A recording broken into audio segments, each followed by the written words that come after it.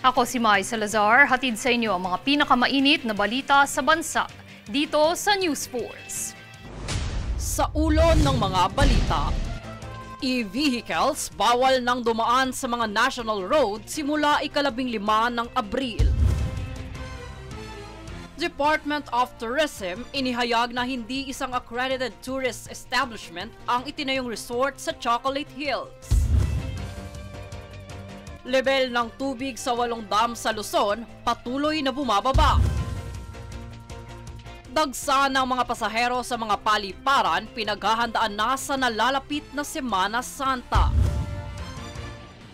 Foreign investment project sa Pilipinas pumalo na sa $14.2 billion. Bilang ng mga nagparehistrong bagong botante, higit sa 1 milyon na. Patas at pantay na balita. Komprehensibong ulat para sa pulso ng masa. Ito ang News Force. Sa unang balita ngayong linggo, matapos ang naging evaluation at ilang pagpupulong hinggil sa regulasyong nagbabawal sa mga electronic vehicle na dumaan sa mga major road, ipatutupad na ang regulasyon sa ika-15 ng Abril. Ang detalye yan ang alamin sa ulat ni Princess Castro.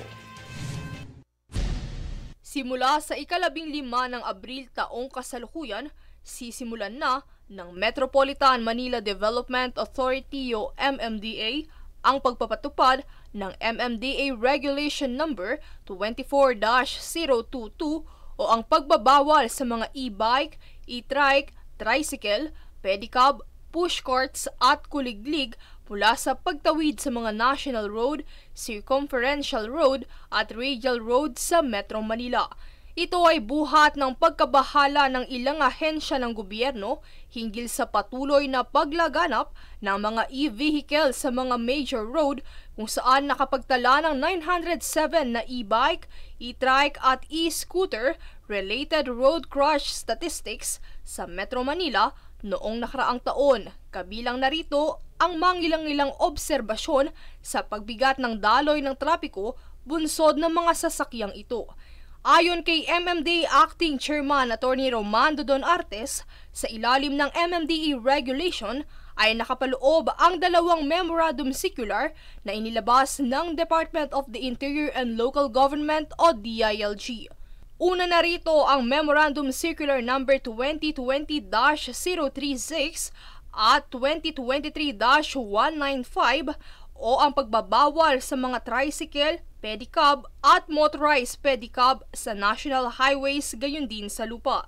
Habang ang isa pang inilabas na memorandum ay ang Transportation Office Administrative Order No. 2021-039 o ang Consolidated Guidelines in the Classification, Registration and Operation of all types of electric vehicle. Samantala, habang hinihintay pa ang updated regulations ng LTO para sa mga e-vehicle, pinaplano na ni Artes ang posibilidad na isama ang kaligtasan ng pagpapatakbo ng mga e-vehicle sa kurikulum ng Motorcycle Riding Academy ng ahensya upang higit pang mapasigla ang inclusive road safety. Princess Castro, nag-uulat para sa One Media Network.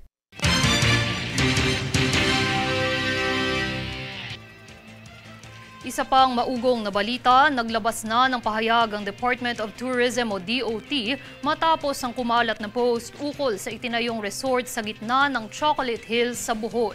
Ayon sa DOT, sinusuportahan ng kagawaran ng turismo ang pangangalaga at proteksyon ng Chocolate Hills sa Bohol na matatagpuan sa loob ng idineklarang UNESCO Global Geopark at isa rin sa ipinagmamalaki ng bansa.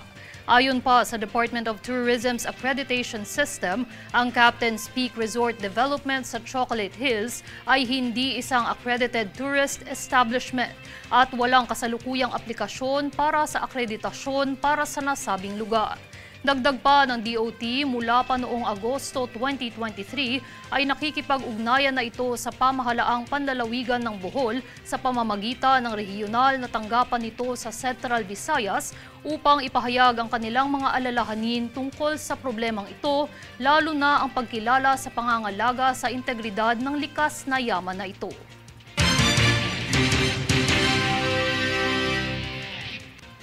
Sa ibang usapin naman, nasa 20,000 commuters ang posibleng maapektuhan ng 5 taong pansamantalang suspensyon ng operasyon ng Philippine National Railways o PNR sa Metro Manila.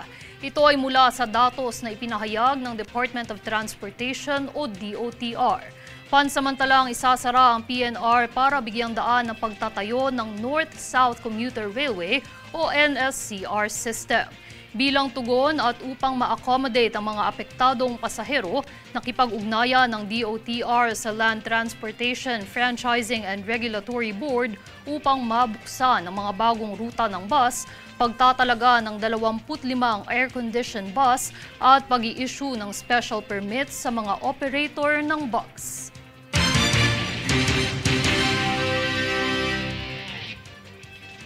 Patuloy na nababawasan ang level ng tubig sa mga pangunahing dam sa kapuluan ng Luzon dahil sa matinding epekto ng El Nino.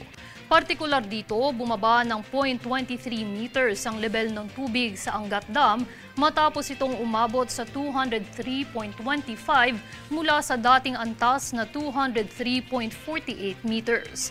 Bagamat humina na ang El Nino, ayon sa Pag-asa, inaasahang makakabalik sa neutral na kondisyon ang antas ng tubig simula sa susunod na buwan at magtatagal hanggang Hunyo kung saan inaasahan naman ang La Nina phenomenon.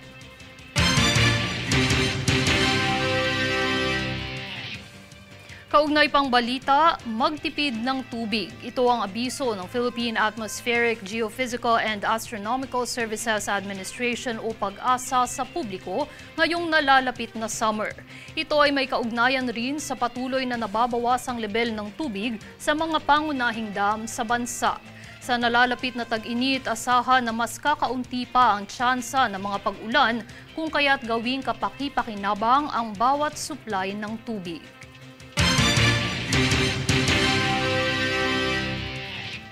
Nagpaalala ang Department of Education na maaaring magkansela ng klase ang mga paaralan kung nakararanas ng matinding epekto ng El Nino. Narito ang buong balita. Ayon kay DepEd Assistant Secretary at Deputy Spokesperson Francis Bringas, may otoridad ang mga paaralan na magkansela ng klase kung sakaling nakararanas ng matinding epekto ng El Nino. Kung kanselahin ang face-to-face classes, ay otomatiko itong magiging modular distance learning. Matatandaang naungkat ang usaping ito matapos i-anunsyo ni Bacolod Mayor Albi Benitez ang pagkansela ng klase sa pampubliko at pampribadong paaralan. Ito ay matapos magkaroon ng forecast ang Pag-asa na magkakaroon ng mataas na index sa lugar. Paliwanag pa ni Bringas, hindi ito ang unang beses na nangyari ito dahil may ganito na din umanong insidente noong nakaraang taon. Francis Riudique, nag-uulat para sa One Media Network.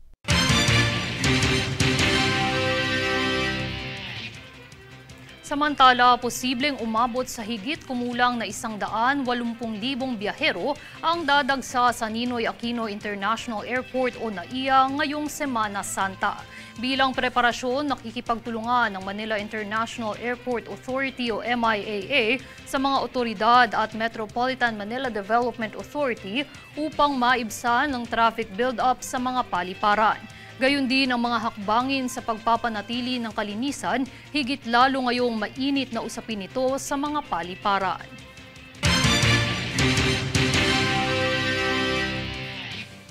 Susunod sa News Sports. LTFRB Chair Teofilo Guadis III kumpiyansang maipatupad ang PUVMP nationwide consolidation umabot na sa 80%.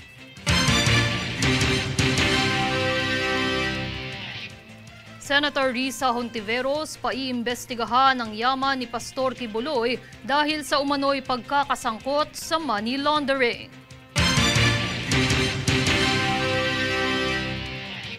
Manila Cathedral, hinihikayat ang publiko na dumalo sa misa, sakramento ng kumpisal ngayong Semana Santa. Manatiling nakatutok para sa higit pang mga balita sa pagbabalik ng News Force.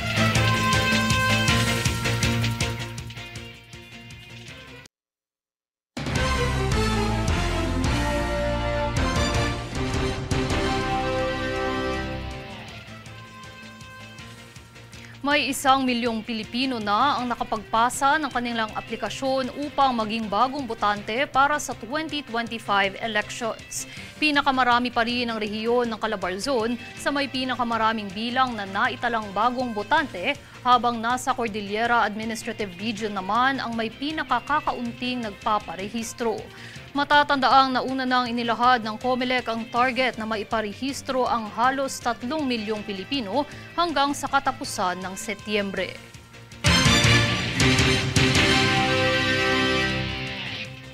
Pumalo na sa $14.2 billion ang kabuuang naipatupad na foreign direct investment ng Pilipinas. Ito ang kinumpirma ni House Speaker Martin Romualdez na dahil sa mga foreign trips ni Pangulong Ferdinand Marcos Jr. mula pa noong Hulyo taong 2022. Samantala, ngayong araw hanggang Biyernes ay nakatakdang magtungo si Pangulong Marcos sa Germany at Czech Republic para sa state visit.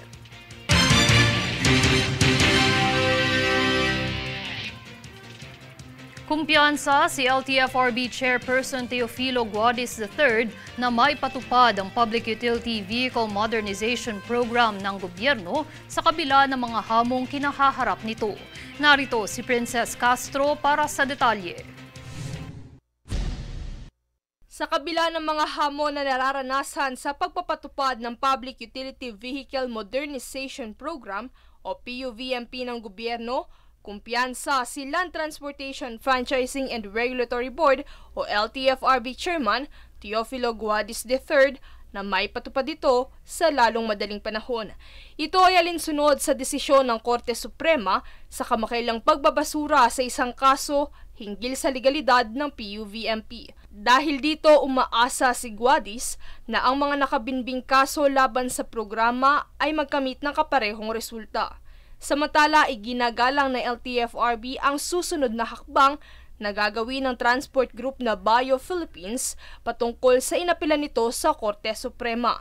Sa kabila nito, iginiit ng hepe na ang PUVMP ay naglalayon na makapagbigay ng mas mahusay, epektibo at ligtas na serbisyo sa pampublikong transportasyon at itinatanggi ang mga pahayag na ito ay makapagdudulot lamang ng mga negatibong epekto sa mga jeepney driver at operators sa bansa.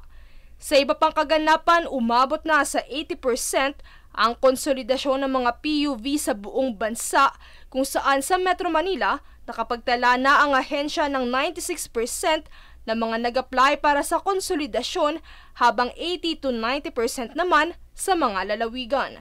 Kaugnay nito ay muling nilinaw ni Guadis na sa ilalim ng programa ay kinakailangang mabigyan ng sapat na panahon ang mga chopper at operator na lumipat sa modernong mga unit, at ang mga operator ay maaaring bumili ng anumang modelo na kanilang pipiliin basta't ito'y sumusunod sa Philippine National Standard. Princess Castro, nag-uulat para sa One Media Network.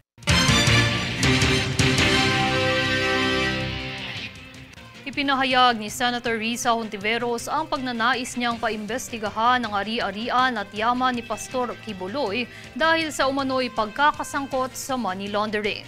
Para sa detalye, narito si Francis Riudique.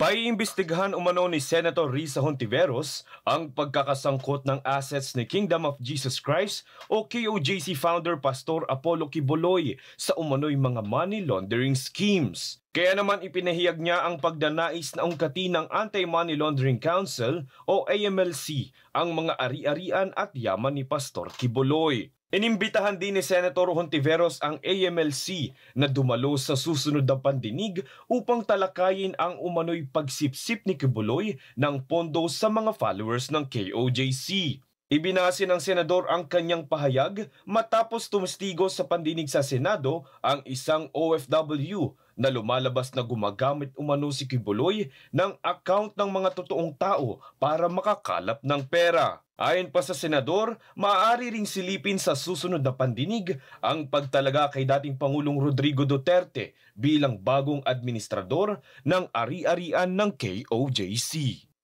Francis Riudique, nag-uulat para sa One Media Network.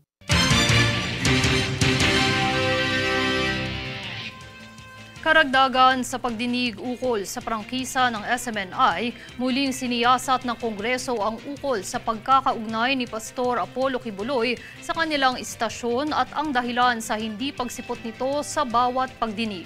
Alamin ang dahilan ng Kongreso na patawan ng contempt si Kibuloy mula kay Jade Buhoy. Even though na mag-hearing na naman tayo next, iba na namang rason ng lila ibibigay. Mag-hearing na naman tayo, ikapitong hearing, ibang rason na naman. When will this be concluded?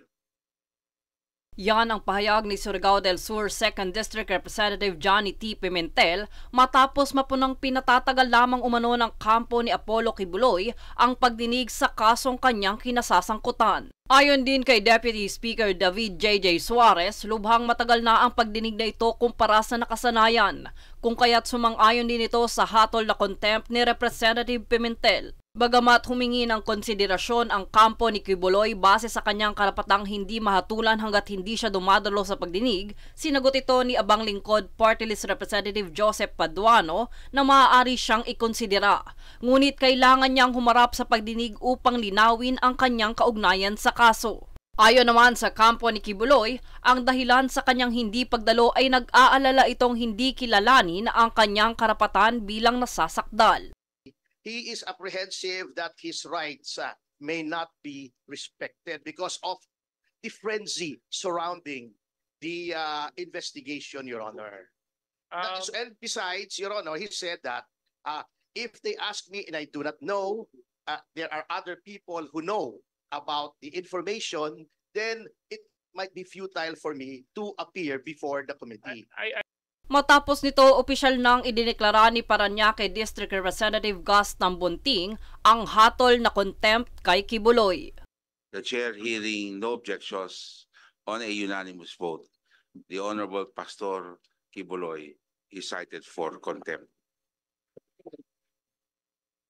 Kasabay din sa nasabing pagdinig ay ang pagpapasawalang bisa sa prangkisa ng Sunshine Media Network International o SMNI dahil sa mga paglabag nito sa patakaran. Ipinag-utos din ng Kongreso sa House at Sergeant at Arms na makipag-ugnayan sa Philippine National Police o PNP na itungo ang pinuno ng Kingdom of Jesus Christ pati na rin ang honorary chairman ng SMNI sa Kongreso. Jade Buhoy, nag-uulat para sa One Media Network. Maayos na daluyan ng tubig ang sinisiguro ng pamahalaan bilang paghahanda sa La Nina na siyang inaasahan na magdadala ng labis na pag-ulan. Yan ang balitang hatid ni Daniza Lopez. Ibinahagi ni Task Force El Nino spokesperson at Presidential Communications Office o PCO Assistant Secretary Joey Villarama na naghahanda na ang pamahalaan sa dala na ulan ng La Nina, kung kaya't sisiguraduhin nito na maayos ang daluyan ng mga tubig o drainage. Sa inaasahang pagtama ng La Nina ay mayroon itong epekto ng pagbabaha dahil sa panahon ng tag-ulan na dala nito. Pahayag ni Villarama, ang kaayusan ng mga drainage ay isang gawain na kailangang panatilihin hindi lamang sa panahon ng La Nina. Kaya't binigyan din ito ang disiplina ng bawat individual sa tamang pagtatapon ng mga basura upang hindi makadagdag sa dahilan ng pagbaha o pagbara ng mga daluyan ng tubig. Daniza Lopez, nag-uulat para sa One Media Network.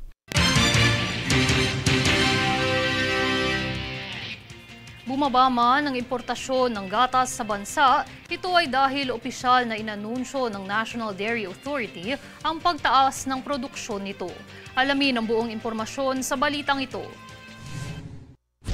Matapos inanunsyo ng National Dairy Authority o NDA ang pagbaba sa importasyon ng gatas sa bansa, base sa datos ng Philippine Statistics Authority, ang kabuoang supply ng gatas ay tumaas sa 21% noong katapusan ng taong 2023.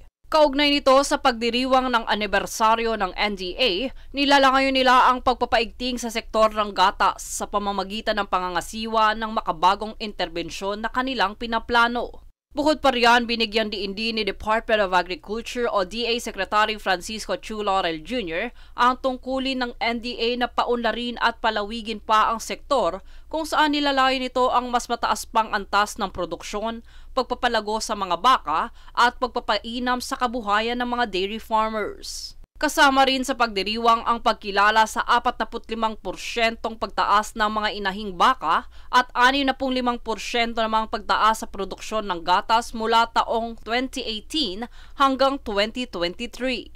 Jade Buhoy, nag-uulat para sa One Media Network.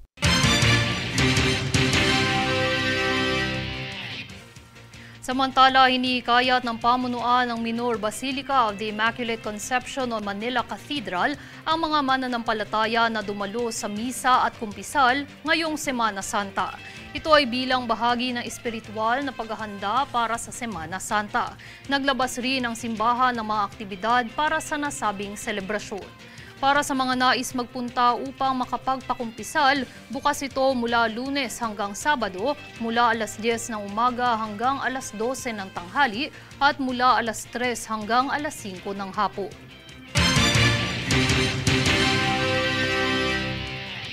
At narito ang recap ng mga nagbabagang balita ngayon. Sa ulo ng mga balita, e-vehicles bawal nang dumaan sa mga national road simula ika-15 ng Abril. Department of Tourism inihayag na hindi isang accredited tourist establishment ang itinayong resort sa Chocolate Hills. Level ng tubig sa 8 dam sa Luzon patuloy na bumababa. Dagsa ng mga pasahero sa mga paliparan pinaghahandaan na sa nalalapit na Semana Santa. Foreign investment project sa Pilipinas pumalo na sa $14.2 billion. Bilang ng mga nagparehistrong bagong botante, higit sa 1 milyon na. Patas at pantay na balita. Komprehensibong ulat para sa pulso ng masa. Ito ang News Force. At yan ang pinakamainit na mga balita ngayong araw.